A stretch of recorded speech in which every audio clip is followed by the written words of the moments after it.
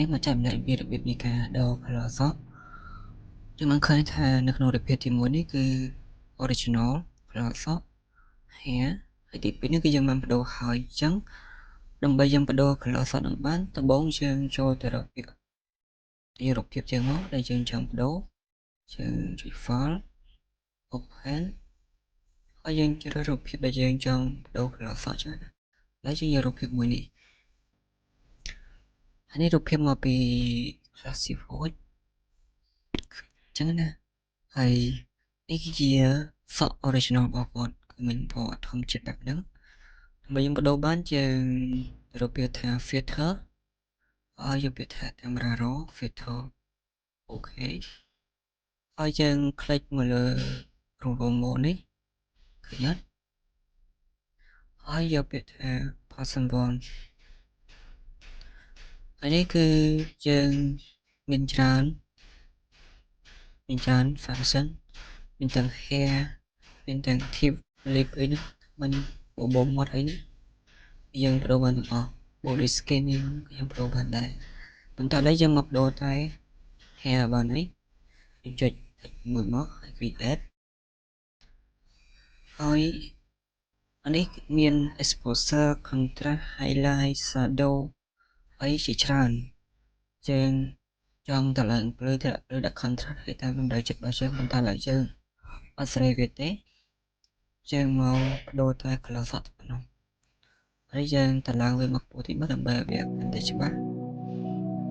ចឹងណានេះគឺយើងពណ៌ឲ្យយើងផ្សេងពណ៌យើងដាក់ពណ៌នឹងមកឥឡូវយើងបំពណ៌ចាញ់ពណ៌ឲ្យដែរឥឡូវយើងដាក់ពណ៌នេះថាពណ៌ pink ឬមកពណ៌មង្ឃុតហើយយើងដាក់ពណ៌ហ្នឹងណាអូខេប៉ុណ្ណឹងហើយយើងបើចាំសេច្រើនពេកទេប៉ុណ្ណឹងបានចុចពាក្យថាអូខេជាការសាច់ឃើញអត់ហើយដើម្បីយើងបានរូបភាពនេះគឺយើងចុច file ដើម្បីរកពាក្យ export ឲ្យមកអូខេនេះ quality ដាក់អូមកបានដែរ export ហើយទីតាំងឲ្យយើងត្រូវដាក់ចឹងដាក់ឈ្មោះបានដាក់គឺជូតអូខេទីតាំងដាក់ desktop ចុច save មកជាការស្រេចអញ្ចឹងយើងទៅរករូបភាពយើងដែលយើង save មិញតែអញ្ចឹងណា save មិញដល់នេះឃើញអូបានហើយអញ្ចឹងនេះដែលជា sample យើងមើលហើយអញ្ចឹងយើងផុសតែម្ដងទៅហើយបងប្អូនកុំភ្លេចជួយ like page នេះមួយផងដើម្បីបាននៅការចែកម្លែកចំណេះដឹងថ្មីអញ្ចឹងណា